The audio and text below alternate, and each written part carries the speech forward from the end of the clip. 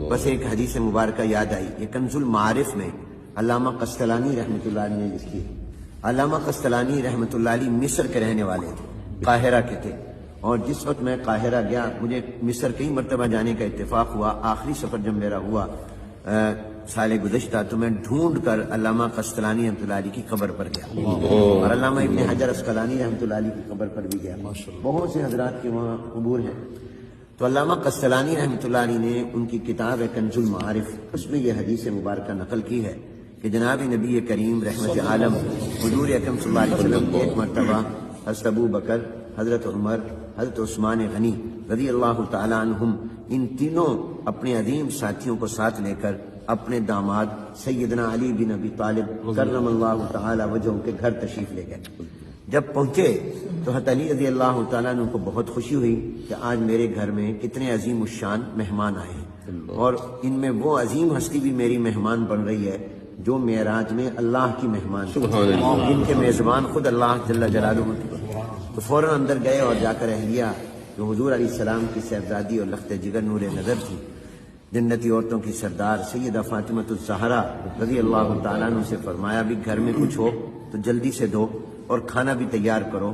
بظاہر یوں محسوس ہوتا ہے کہ حضرات کو بھوک بھی لگی ہوئی ہے۔ تو حضرت فاطمہ رضی اللہ تعالیٰ عنہا نے جلدی سے ایک پلیٹ سفید نکالی اور اس میں گھر میں شہد پڑا تھا، وہ شہد اس میں ڈالا اور فرمایا کہ یہ لے جاؤ، پیش کرو، میں کھانا بناتی ہوں۔ اب حضرت علی رضی اللہ تعالیٰ عنہ جلدی سے وہ لے آئے، اور اس سے یہ معلوم ہوا، اہل علم فرماتے ہیں کہ جب کوئی مہمان آئے تو سنت یہ ہے کہ سب سے پہلے اس کی خدمت میں کوئی نہ کوئی چیز پیش کرو۔ کھانا اگر دیر بھی ہو، وقت ہو نہ ہو، لیکن اس کو کوئی آپ کولڈ ڈرنک پیش کریں، کوئی فروٹ پیش کریں، تاکہ مہمان کو یہ اندازہ ہو کہ میرے آنے کی میزبان کو خوشی ہوئی ہے، اس کو کوئی بوجھ نہیں ہوا۔ تو اس لیے حضرت علی رضی اللہ عنہ جب پیش کیا تو حضور نے جب اپنا نظر ڈالی اور اپنا ہاتھ اس میں رکھا شہد کو چاٹنے کے لیے، تو حضور نے دیکھا کہ اس میں ایک باریک سا بال بھی ہے۔ عام طور پہ برتنوں میں بال بعض اوقات گر جاتا ہے، رہ جاتا ہے، تو حضور علیہ السلام نے فرمایا حضرت ابو بکر، حضرت عمر، حضرت عثمان غنی رضی اللہ تعالیٰ عنہ اپنے بیٹھے ہوئے ساتھ ساتھیوں سے کہ چلو بھی ان تین چیزیں تمہارے سامنے آئیں، کوئی تین باتیں بیان کرو، دل لگی ہو جائے۔ ابھی دل لگی کی باتیں، یہ بھی خوش طبی کا واقعہ ہے۔ فرمایا چلو بھی دل لگی بھی ہو جائے گی، وقت بھی گزر جائے گا، اتنے میں کھانا بھی آ جائے گا۔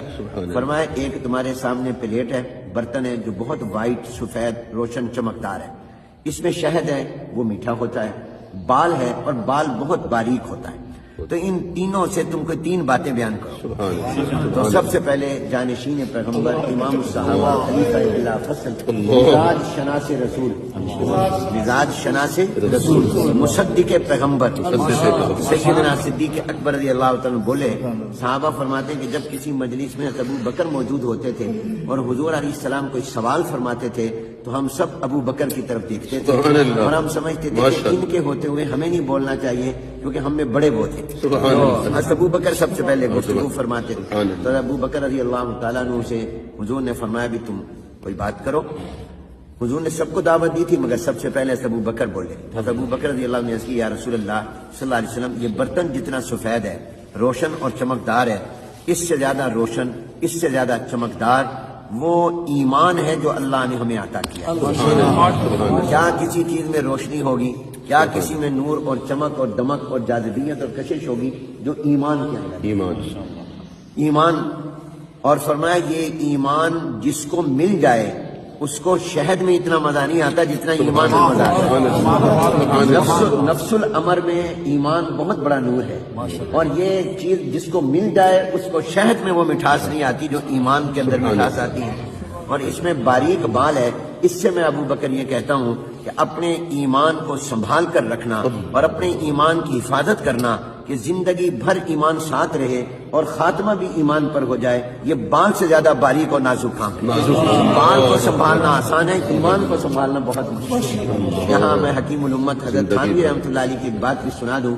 حضرت تھانوی رحمۃ اللہ علیہ نے بڑی پیاری بات فرمائی، فرمایا اہل ایمان، یہ جو اللہ نے ہمیں نور ایمان عطا کیا اس کی قدر کرو۔ یہ ایمان کا نور اتنی عظیم الشان چیز ہے کہ جب یہ مومن قیامت میں پرصلات پر جائے گا اور پرصلات سے گزرنے لگے گا تھوڑا سا بھی رکے گا تو جہنم ہاتھ باندھ کر کہے گی اے مومن جلدی سے گزر جا، تیرے ایمان کا نور میری گرمی اور میری حرارت کو متاثر کر رہا ہے اور اس کو بجھا رہا ہے۔ میں اس سے ایک جملہ کہتا ہوں استنباط کر کے، ساری دنیا جہنم سے پناہ مانگتی ہے اور جہنم مومن کے ایمان کے نور سے پناہ مانگتی ہے۔ ایسا یہ نور ایمان ہے جو جہنم کی آگ کو بھی بجھا دے اور متاثر کرے۔ تو فرمایا یہ ایمان یہ سب سے زیادہ چمکدار، مل جائے شہد سے زیادہ مزہ، اس کی حفاظت بال سے زیادہ باری۔ اب حضرت عمر رضی اللہ تعالیٰ عنہ کی باری آئی تو حضرت عمر نے عرض کی، انہوں نے اپنے مزاج کے مطابق کہا جاتا ہے پسند اپنی اپنی، نصیب اپنا اپنا۔ تو حضرت عمر رضی اللہ تعالیٰ نے عرض کی یا رسول اللہ یہ برتن جتنا سفید روشن چمکدار ہے، اس سے میں عمر یہ کہتا ہوں کہ یہ دنیا اور یہ کائنات بہت روشن، بہت چمکدار، یہ پیسے کی چمک، کرسی کی چمک، دولت کی چمک یہ اس برتن سے زیادہ ہے۔ اور فرمایا یہ دنیا کا اقتدار جس کو مل جائے اس کو شہد میں اتنا مزہ نہیں آتا جتنا اس کو کرسی اقتدار پر مزہ آتا ہے، کیونکہ وہ آدھی دنیا پر حکومت کی تھی تو ان حالات کے مطابق۔ لیکن آگے فرمایا جس کو اللہ اقتدار دے دے، جتنا بھی دے دے، وہ اپنی اقتدار میں کسی پر ظلم نہ کرے، یہ بال سے زیادہ باریک، اور انصاف کرے یہ بال سے زیادہ مشکل کام ہے۔ تو یہ دنیا کی چمک یہ برتن سے زیادہ، اور اس کا مل جانا یہ شہد سے زیادہ مٹھاس والا، اور اس میں انصاف کرنا یہ بال سے بھی زیادہ باریک اور نازک۔ حضرت عثمان غنی رضی اللہ تعالیٰ عنہ نے عرض کی یا رسول اللہ میں یہ کہتا ہوں یہ برتن جتنا سفید روشن چمکدار ہے، اس سے زیادہ روشن اور چمکدار یہ قرآن اور سنت اور حدیث اور وحی اور نبوت کا علم ہے۔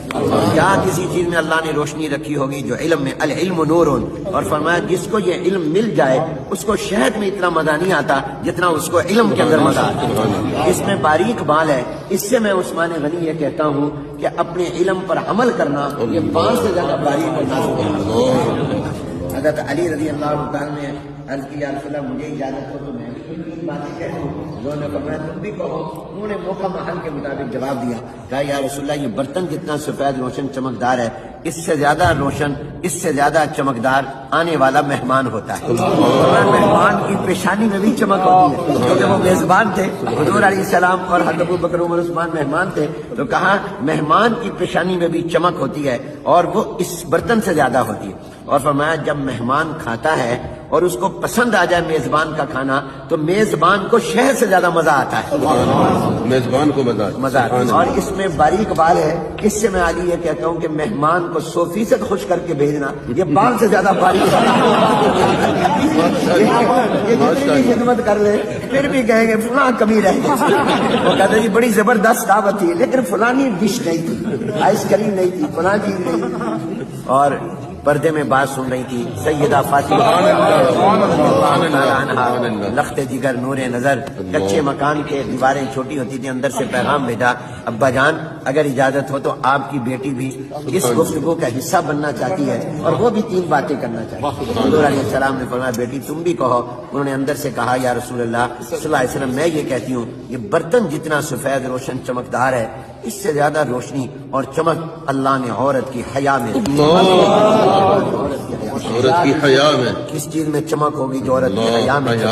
اور عرض کیا یا رسول اللہ اس میں میٹھا شہد ہے، اس سے میں یہ کہتی ہوں کہ جب عورت پردہ کرتی ہے تو اس کو شہد میں اتنا مزہ نہیں آتا جتنا پردہ کرنے میں مزہ آتا ہے۔ اور اس میں باریک بال ہے، اس سے میں یہ کہتی ہوں کہ عورت کا اپنے چہرے کو چھپانا کہ کسی نامحرم کی نظر میرے چہرے پر نہ پڑ جائے یہ بال سے زیادہ باریک اور بال سے زیادہ باریک۔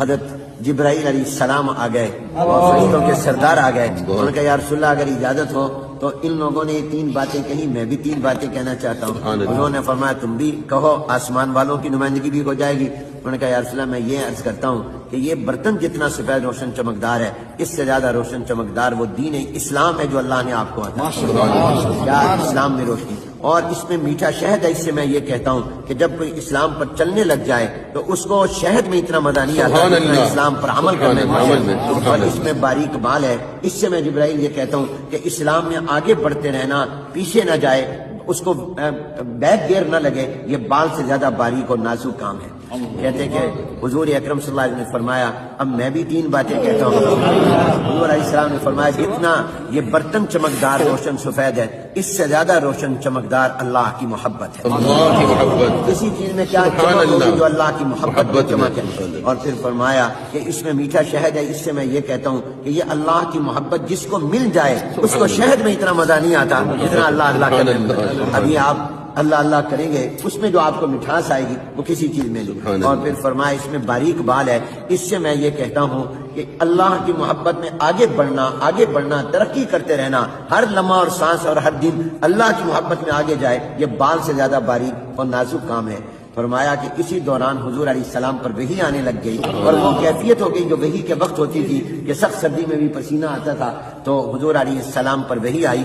اللہ نے فرمایا تم سب نے 3 باتیں کہیں, میں رب بھی 3 باتیں کہیں. اب دیکھیے شروع گفتگو ابو بکر سے ہوئی, ختم اللہ پر ہوئی.